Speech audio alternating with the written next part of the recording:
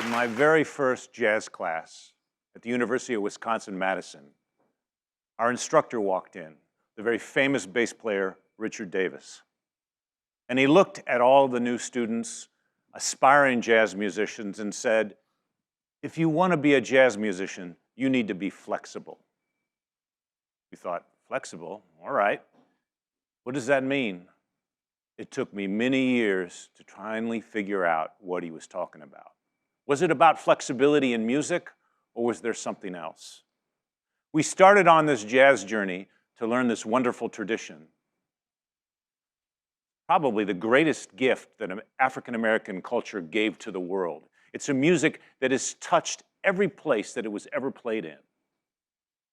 For instance, in 1917, it was the first jazz recording came out by the original Dixieland Jazz Band. Musicians from New Orleans. In 1919, they did a world tour because their records were selling so well. By 1921, every single place they visited had local iterations of this music, local musicians playing jazz, making it their own.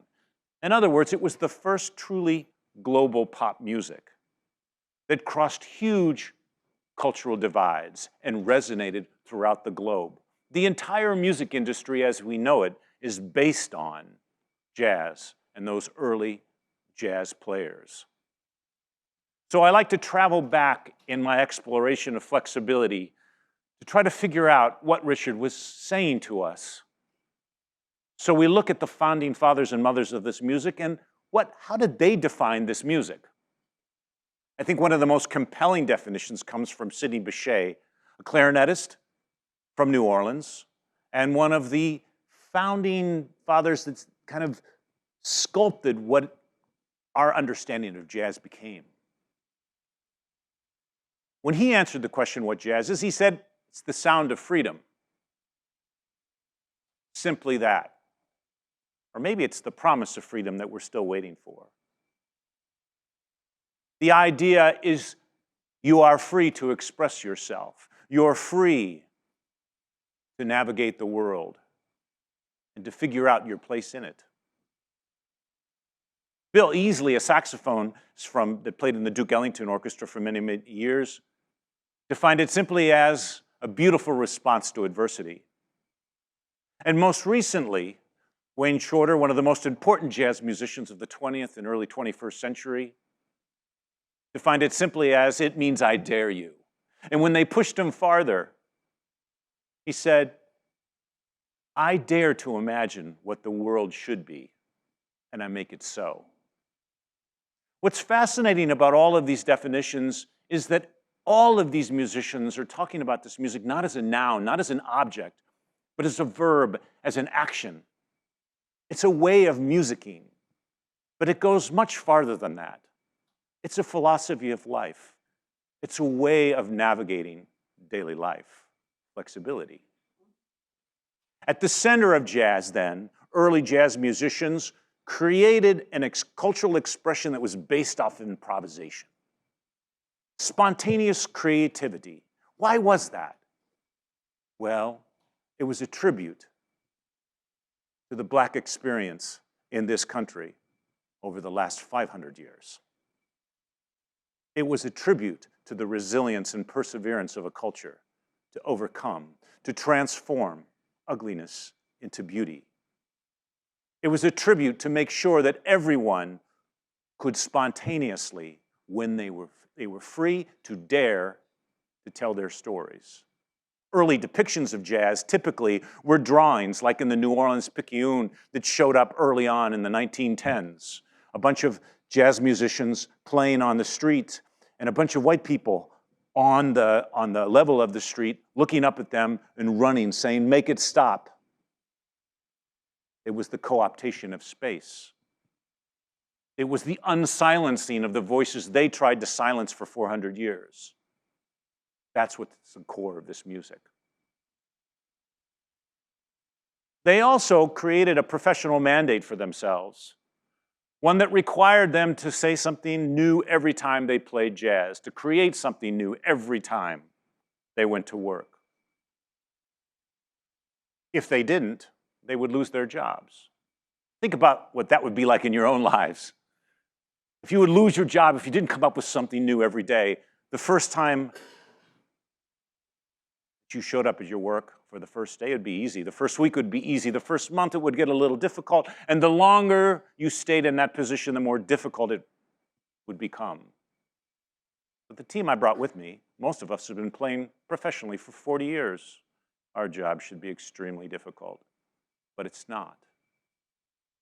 Because jazz musicians figured out very early on, informed by the African American experience, that it was vitally important to give everyone a voice, an autonomous voice, an individualized voice. It was very important for everyone to have a chance to tell their story. And it was vitally important for the entire community to attend to those stories and amplify those stories. It was a way of transforming ugliness into beauty. And it was also a model for teamwork, for community building, where each individual is prized, where each individual in a team meeting on the bandstand is given a voice, but not just any voice, an equal voice, a voice that matters, an essential voice. As a jazz leader, I look around at my team, and that's the first question I ask. Does everybody feel as though their presence is essential here? Is their diverse backgrounds and experience they bring to this team essential and prized? That's beginning to sound like equity. And for me, jazz is equity in excellence. Let's hear what that sounds like. 1, 2, 1, 2, 3, 4.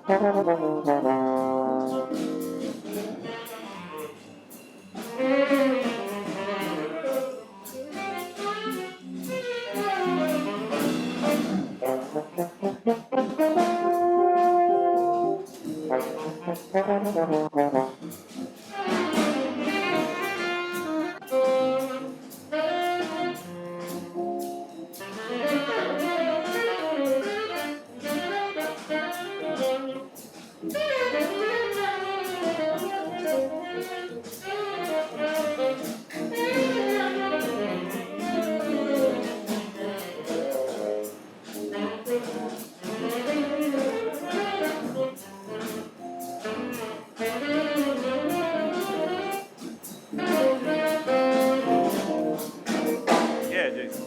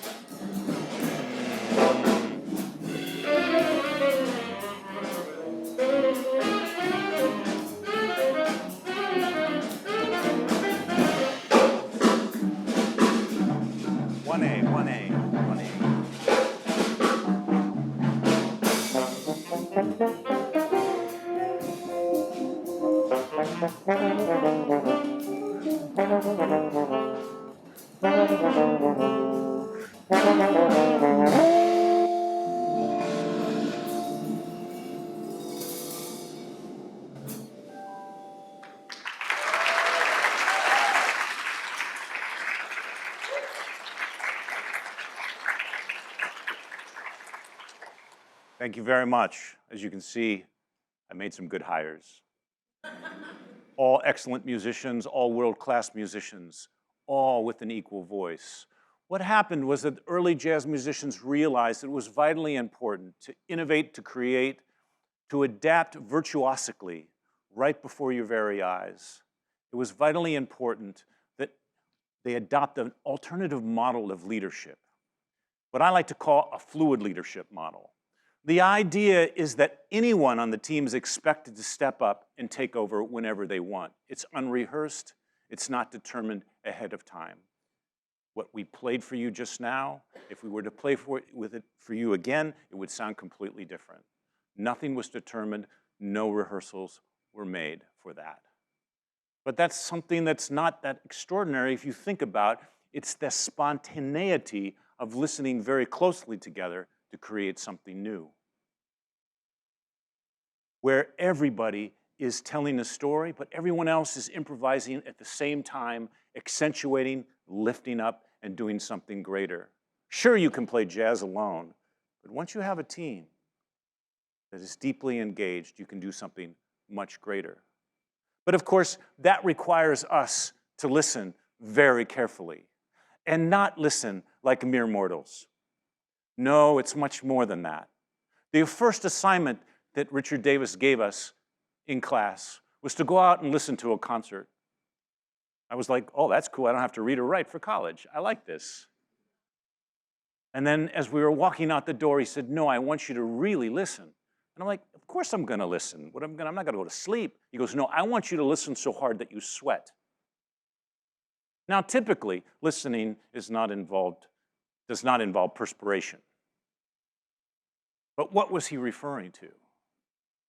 Well, the idea was to listen not only to the notes, but listen to the emotions, the psychological states, the philosophical directions, the artistic directions coming from your team, and using them as the raw material of better communication. In other words, he was saying, go into that experience with your heart and your ears open to hear all of the distinct voices and deeply connect.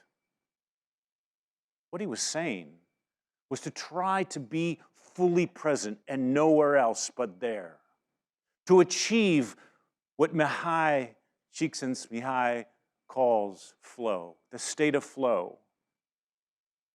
He was studying jazz musicians when he first came up with the concept, asking them, what was it like when they were really playing, when the music was really taking off? And the most typical word they used was, it sounded as though the music was just flowing through us. It felt like that, like we were no longer playing. That state of flow is when we reach our fullest potential, creative human beings. It represents the happiest moments of our lives. It's like when you see a friend and you haven't seen for a long time. You go out to dinner and all of a sudden it's 2 a.m. Where'd the night go? It's like when you're at work and you're so deeply engaged in a project and all of a sudden it's 7 p.m. Where'd the day go? That's when we're the happiness. Jazz musicians are in that state the entire time we play. I ask you, how often do you spend in the flow state in your daily lives, in your professional lives? in your personal lives? If the answer is very little, I'm sorry, because that flow state is bliss. It's also the moment being fully present with everybody's voices that we are together. We are equalized, we are uplifted, we are respected for our differences and our diversity. It's when and how we can achieve excellence and equity. Flexibility is the model for equity that jazz gives us.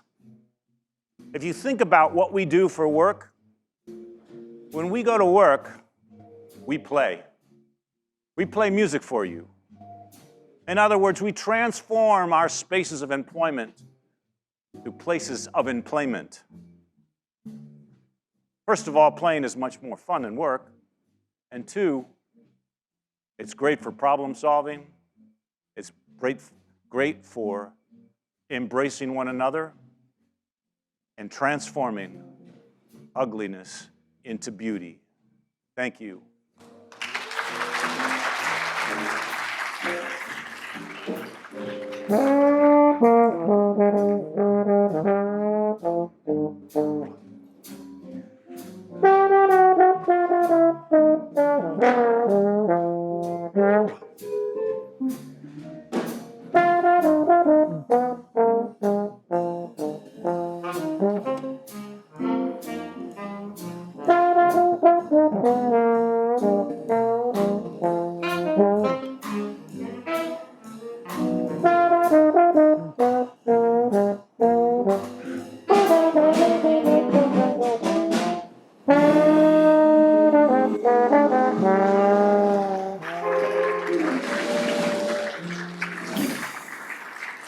Thank you.